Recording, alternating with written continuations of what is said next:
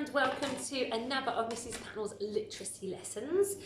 Now we are looking at this book in particular this week for literacy, Good Enough to Eat. We have learnt quite a lot of facts from our non-fiction book, and facts are things that are absolutely true. So they're not from someone's imagination, they are absolutely true. And that's the kind of things that you get from non-fiction books. You get facts, things that are absolutely true, and you can tell somebody else because you know they are true, okay? So what we're going to do this lesson is read the rest of the book and then think about, and at this point you might want to have a little think in your head, but I'm going to model writing a sentence on my wall just to show you how you might do it at home. There is a likelihood, mums and dads, that there will be sounds in the words that the children are trying to write that they haven't actually been taught in phonics yet. Now, what I would do is wait to see if they can come up with a way that sounds like it, using a letter sound they already know. So they might find that an E or something like that fits in, even though that's not quite how it's properly spelt. But this is fine. This is okay. So let them have a think first. If they can't come up with anything and it is a sound that they don't yet know, then you can help them, tell them how to spell it, because I don't want them to struggle so much that they get fed up with it. So give them a little bit of time, mums and dads, to think of a possible way to write it, even if it's not quite right. But if they're really struggling, then step in at that point and help them out and tell them this is a sound you haven't learnt yet in phonics, but I'll tell you how to spell it, okay? Now, yesterday's lesson was quite a long one, and I read a lot of the book to you. Now, I am going to finish the book off, and it's slightly less pages that I'm going to read to you today, but if you find that it's just too many facts that I'm reading to you, and there are a lot in this book, it's a great book, but there are lots of facts in it. So if you're finding that it's just too many facts and your head is just like full of too much and you can't really think of a fact, then maybe pause, forward the video to the point where I'm model writing a sentence, and then just work with what you've maybe heard in yesterday's lesson, or what you maybe caught at the beginning of this one. So it might even be more helpful, even if you cannot think of a sentence at the end of this, mums and dads, if you just go back and rewatch yesterday's maybe, okay, or bits of yesterday's, because it was quite a lot to sit in front of a screen and listen to, okay? Obviously, when we're in the class, we stop and we have little discussions, but it's tricky at home in front of the camera. So I completely understand if you want to stop this lesson and move it on to when I model write the sentence, and then just maybe go over and visit yesterday's, because repetition from yesterday's is more likely to help the children remember the facts, okay? But I will carry on reading the book for those of you that would like to hear the rest about all the other good nutrients that we eat in our bodies. So yesterday I set you the science task of rubbing your food onto a piece of paper, labelling the food, and then lifting it up to the light and seeing which ones had the shiniest blobs and therefore had the most fat in them, okay? So hopefully you've tackled that, and maybe you've had a look at that this morning and you can tell me which foods that you had on your dinner plate were the ones with the most fat in. Now remember, you can eat fat, but I think it was only 60 grams on our list. Okay, so not tons. So if you eat too much, it will just hang around, stay in your body and make you a bit heavy, okay? So keep that in mind when you're eating your food. So I'm going to turn now to the next page in the book, and this page is about water, okay? So I'm going to read it to you now. It says you don't need to worry about having too much water in your diet. Water is your body's main ingredient. 70% of your body, including your blood, your saliva, so that's your spit, your tears, your urine and sweat is made with water. Now your urine is your wee, okay? So we've got your blood, your spit, your tears, your wee and your sweat is made with water. So I did say to my class that most of our bodies are water. If you think about your body cut into 3 sections, obviously you're not going to, but if you imagine it's divided into 3 equal amounts, pretty much 2 parts of that will be water. Okay, that's how much of us is water. And when you hear that it's in your blood, your spit, your tears, your wee and your sweat, you can kind of understand, you know, where it all goes to and why you need so much in your body. It says water escapes easily from your body. In a day, you lose 2 cups of water. water, just by breathing in and out. 1 When you cry, go to the toilet and sweat, you lose even more water. But as it leaves your body, water carries out wastes and cools you. So as you sweat, it's the water coming out of your body, but what it takes out of your body are the things you don't need as well. It takes it out with it and says goodbye to the things you don't need, the waste products, the things you don't want anymore. And when you cry, it does the same. So it's very useful all the time while things are happening in your body. They've got multiple jobs, lots of jobs that they are doing, okay?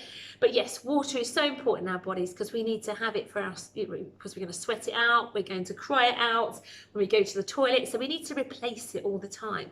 So that's why we have at least 2 litres of water every day. And it says here, obviously, you don't even have to worry about having too much. It's not like fat. There's no problem with having too much water. So even if you drank more than the 2 litres I was speaking about on Monday, it's fine. Your body will be absolutely fine. It will love it. Now this little boy here, and I'll show you him up close to the camera, he is saying, if there were no water in my body, I could fit in this little bucket. So you'd be all squeezed up and tiny like a sponge when you squeeze it out, and he'd be able to fit in that bucket. Let's see what else somebody else is saying that might be interesting. It says, okay, so it's saying here, and this is quite interesting, in addition to the water in juice, milk and food, I should drink at least 5 glasses of plain water each day. So even if you say, well, it's okay, I'm drinking juice or squash, I'm getting my water that way, it's still good. But there's nothing better than just water in a glass and nothing else. So even if you're drinking a lot of juice or squash, and there's water obviously in food, a lot of it in fruit and things, you still need at least 5 more glasses of pure plain water in order to have enough that your body needs. Okay, so important, water. Right, okay, I'm going to read you about vitamins and minerals.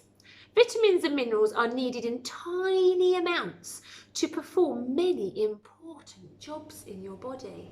They help all the nutrients in food work together. So if you didn't have vitamins and minerals, although tiny amounts of it, all those other parts of your body wouldn't work together. They wouldn't happen. They wouldn't join together and work as a team. So it's so handy to have your vitamins and minerals, even though it's just a tiny amount. And maybe some of you have a special vitamin tablet that you might take every day as well. So that means that if you don't think you're getting enough vitamins in your food, if you take a vitamin tablet, you'll know you definitely have enough vitamins going on. So this boy here says vitamin C, so that's a certain type of vitamin. Vitamin C helps my skin to heal. We heard about things healing, didn't we, on the first few pages. So vitamin C helps your skin heal. Vitamin A can help her see well even in the dark. So if you eat lots of food that's packed with vitamin A, then it will help you have better sight in the dark. It's very interesting. B vitamins help me fight germs and infections. So if you have lots of the B vitamins, and there's different types of B vitamins, then that stops you having colds and feeling poorly. So very important. Also says that B vitamins turn protein, fat and carbohydrates into energy. So that only works if you've also got your B vitamins to make your carbohydrates work for you, okay, and give you that energy. It says B vitamins also keep my brain and nerves working well. They help me feel happy. So even vitamins can make you in a good mood. That's amazing, isn't it? Right, okay, let's head on to minerals. Minerals are tiny particles of rock and metal. And this little fella here is saying that calcium helps build and repair my skeleton and teeth. So calcium is a type of mineral, and its job is to help repair your teeth and your bones. So if you had broken your leg, then lots of calcium would help. Helps you have strong bones and strong teeth as well. There's lots of calcium in milk, so milk's very important for repairing your bones and your teeth. Iron, another type of mineral, helps build red blood cells which bring oxygen to my brain, heart and muscles. Very important. It says the best way to get all the vitamins and minerals you need is to eat a variety of fresh foods, including plenty of fruits and vegetables. So if you're not taking one of those special vitamin tablets and you're thinking, am I even eating enough vitamins to get my body to work properly? Then if you eat lots of fruits and vegetables, you will pretty much have it sorted. You can pretty much relax and think, I am getting all the vitamins that I need, okay? So this page is about your fruits and vegetables. It is important to eat at least 5 servings of fruits and vegetables each day, okay? It says servings because you can't eat the whole of all fruits. You couldn't eat the whole of a watermelon. So it doesn't say 5 items of fruit. I mean, you can pick up a whole apple and eat it, but you couldn't pick up a whole watermelon. So it means a certain amount, a little serving, enough for you to eat maybe in a bowl, okay? So 5 servings of fruit and vegetables each day. And then it says, today, what will you choose? So I wonder what fruits and vegetables that you will choose to eat today in order to get those vitamins and minerals to help your body work properly. Now it says food keeps you alive, healthy and strong. It gives you energy and makes you grow. Food is fun to make. This is true. You don't have to have all your food ready made for you in packets. Sometimes it's nice to get the ingredients together and make your own food. So that would be like our stone soup last week. Yeah, you made your own soup by bringing all the vegetables and other ingredients together. Even just chopping it up and preparing it is good. So this girl here is chopping up the celery to eat. She's doing her own chopping. This guy here, I think he's probably pulling the orange apart. He's got peppers. He's cut his peppers and he's preparing it to make it look nice on the plate. So if you get involved in preparing your food or cooking your food, that can really help you think about what's going into your dinner. Sometimes you might eat, let's say, a pasta with a special sauce, but have no idea what's in your special sauce. So if you help out at home with mums and dads and get involved in the cooking, you will recognise what ingredients are going into your dinners. So food is fun to make and food is fun to eat. They're not wrong. It is, and they're having a bit of a party, a bit of a get-together, a social gathering. It's a little hard for us to do at the moment, but they look like they're having a good time and they've got their foods there, very good stuff on their plates. So that is the end of our Good Enough to Eat book. Well, like I say, I have thrown a lot of facts at you over the last 2 days. So you might have a head full of facts now and you can't think of one in particular that you want to say to your adult. But I mean, you can go back through the video and look at the pages, and I can flick through now to remind you. There's also some nice recipes in the back of this book as well if you were thinking about getting your own copy. So I'll flick back through. Maybe we can think about a sentence about fruits and vegetables, because I feel what I've taken from this book is how important it is to eat fruits and vegetables. So if I'm worried that I'm not getting enough vitamins and minerals to help my body work properly, if I eat lots of fruits and vegetables, I can relax and forget about worrying about that. So I think it's important to write a sentence about fruits and vegetables. I think I might go for the sentence, I should eat, I've got it written down here because I wanted to remember it, I should eat 5 servings of fruit and vegetables a day. So every day I should eat 5 servings. And I think that's worth writing a sentence about. So I am going to get my pen and model to you and to mums and dads how it might go when you're trying to write your sentence, okay? So, you've got to think about the things you know already from your phonics lessons, but there will be some sounds that you might struggle to hear because I might not have taught them to you yet. But mums and dads will see how well you do with that and then give you a hand with anything you're struggling to really spell, okay? So don't worry and don't get yourself in a big worry about everything. So, lots of words in my sentence. I should eat 5 servings of fruit and vegetables a day. So that's a lot of words I know I've got to come up with, okay? Let's tackle the first ones. I keep saying my sentence over to myself so I don't forget it, and I also see where I'm at and I'll know what the next word is. It's very easy to forget the odd word in a sentence if you don't keep saying your sentence to yourself. So I'm going to keep saying, I should eat 5 servings first of all, because it's a long sentence. I should eat 5 servings. I should eat 5 servings, and then I'm going to start writing, but keep saying it so I know I don't forget any words. So the tricky word I should. Okay, so should, mums and dads, they'll have a bit of trouble with the sh sound. So if children can't hear how to make the sh sound at home, then step in and show them and tell them how to make the sh sound, okay? Now, it's quite possible that they might be able to hear some sounds themselves and they might pop them in. So when they're writing should, they might kind of come up with an off sound here. That's completely fine. And then they should be able to hear that on the end. So if you're getting spellings like this at home, mum and dad, and I hope you can see that clearly on the screen, don't worry, that's fine. That's okay. All right, children, this bit I'm chatting to mums and dads quite a bit here as well. So hopefully they're with you in front of the camera. Behind the camera. So I should eat is my next word, eat. Now we haven't learnt this E sound, certainly the way it's spelled here or even the other alternatives, but they might come up with eat like this.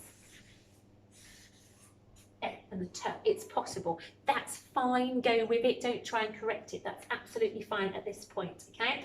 So I should eat 5 servings. Now, although I don't encourage the writing of a number in the middle of a sentence, it will make things a bit easier for them in this instance. So we will accept a 5 here, okay? I should eat 5 servings. Servings, I can hear a S. So I'm going to go on there. Servings. So you might get an E and a V. Servings. Maybe you'll get servings like this. Absolutely fine, mums and dads. That's okay, okay? I should eat 5 servings of, now they probably should know of, if you get it with a V, do not worry, okay, that's fine because it sounds like it should be a V. So I should eat 5 servings of fruit, so I can hear the F and the R. I might get it made maybe with an O, okay, so you might see it something like this, that's fine. If they're just struggling and they can't hear what to make the oo bit in there, tell them how to spell it. So I should eat 5 servings of fruit, and they'll know and as one of their high frequency words, vegetables, okay, we've done that this week, vegetables, you might get it a bit like this with that missing silent F, that's fine, okay, fruit and vegetables, a day. Okay, so children, that was mainly for mums and dads to have a look at how to help you write your sentences, okay? So I've got a lovely sentence, I've punctuated it with a full stop at the end, bop, to let people know I'm finished. I used a capital letter here, I needed it anyway for the word I, so there's my capital, and I've used finger spaces in between each word on the sentence, okay? So I've done all the good stuff that should be there on a sentence, and I've really used my phony and flicky fingers to think about the first sounds in words and the sounds that follow. If you get something you don't know, ask mums and dads to help, okay? But mums and dads, let them have a good old try first, and do not worry if it's not spelled completely right. That is fine, because it means that they are thinking about how and what they know to help them out, okay? So, fantastic. If you can think of one great fact and write it down for me, then I'd love to see it on Tapestry this week. If you're not in my class and you're just doing this, and then you can get mums and dads to have a look at your sentence and tell you how fantastic it is. Well, good to see you again, and I will see you next week when we're still looking at information texts, at non-fiction books, but we'll be going on to a different one. I'll see you then. Bye-bye.